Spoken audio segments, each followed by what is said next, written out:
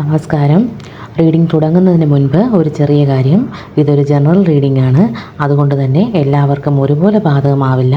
നിങ്ങൾക്ക് റിലേറ്റ് ചെയ്യാൻ പറ്റുന്ന കാര്യങ്ങൾ മാത്രം പോസിറ്റീവായി എടുക്കുക, ബാക്കിയുള്ളത് വിട്ടുകളയുക. ഇവിടെ 3 കാർഡിൻ്റെ ഒരു സ്പ്രെഡാണ് എടുക്കുന്നത്. ബോട്ടം വന്നത് knight of cups,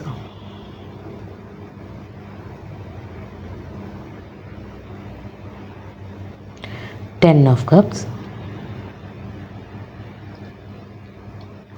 Ten of Pentacles, King of Swords. ഇതാണ് നമുക്ക് കിട്ടിയിരിക്കുന്ന സ്പ്രെഡ്. ഇനി വിശദമായ റീഡിങ്ങിലോട്ട് പോകാം. ഈ 2 കാർഡുകൾ ten of cups and ten of pentacles, ഈ 2 കാർഡുകൾ ടാരോട്ടിലെ ഏറ്റവും മികച്ചതും പോസിറ്റീവുമായ കാർഡുകളാണ്.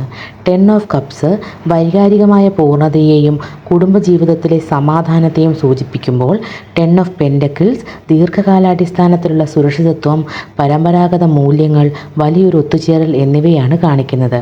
ഇവർ വരുന്നത് വെറുതെ ഒരു ക്ഷമ ചോദിക്കാൻ മാത്രമല്ല, നിങ്ങളോടൊപ്പം ഒരു മികച്ച ഭാവി കെട്ടിപ്പടുക്കാൻ ആഗ്രഹിച്ചുകൊണ്ടാണ്. അടുത്ത കാർഡ് കിങ് ഓഫ് സോർഡ്സ് കാർഡാണ്. ഈ വ്യക്തി ഇപ്പോൾ കാര്യങ്ങളെ വളരെ യുക്തിപരമായും യാഥാർത്ഥ്യബോധത്തോടെയും കാണാൻ തുടങ്ങിയിരിക്കുന്നു. മുൻപുണ്ടായ തെറ്റുകൾ അവർ തിരിച്ചറിയുന്നുണ്ട്. വൈകാരികമായ ഒളിച്ചോട്ടങ്ങൾക്ക് പകരം വളരെ വ്യക്തതയോടെയും സത്യസന്ധതയോടെയും സംസാരിക്കാനാണ് അവർ വരുന്നത്. നമുക്ക് ബോട്ടം കിട്ടിയത് കിങ് ഓഫ് കപ്സ് ആണ്. പുറമേക്ക് അവർ ഗൗരവക്കാരോ യുക്തിവാദിയോ ആയി അഭിനയിച്ചാലും ഉള്ളിൻ്റെ ഉള്ളിൽ അവർക്ക് നിങ്ങളോട് അളവറ്റ സ്നേഹവും വൈകാരികമായ അടുപ്പവും ഉണ്ടെന്നാണ് ഈ കാർഡ് പറയുന്നത്. അവർ സ്നേഹം പ്രകടിപ്പിക്കുന്നത് വളരെ പക്വതയോടെ ആയിരിക്കും. ഈ കാർഡുകളെല്ലാം പറയുന്നത്, മുൻപ് നിങ്ങളുടെ ഹൃദയം തകർത്ത ആ വ്യക്തിക്ക് ഇപ്പോൾ തൻ്റെ തെറ്റുകളെക്കുറിച്ച് പൂർണ്ണമായ ബോധ്യമുണ്ട്.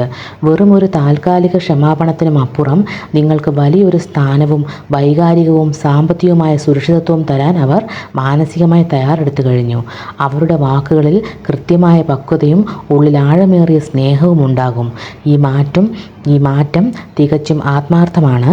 നിങ്ങളുടെ മനസ്സിൻ്റെ സമാധാനത്തിന് മുൻഗണന നൽകി വളരെ പക്വതയോടെ ഈ സാഹചര്യത്തെ നേരിടുക.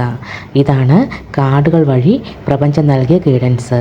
ഇഷ്ടമായാൽ സബ്സ്ക്രൈബ് ചെയ്യണം, സപ്പോർട്ട് ചെയ്യണം. പ്രപഞ്ചത്തിനും നിങ്ങൾക്കും നന്ദി. നമസ്കാരം.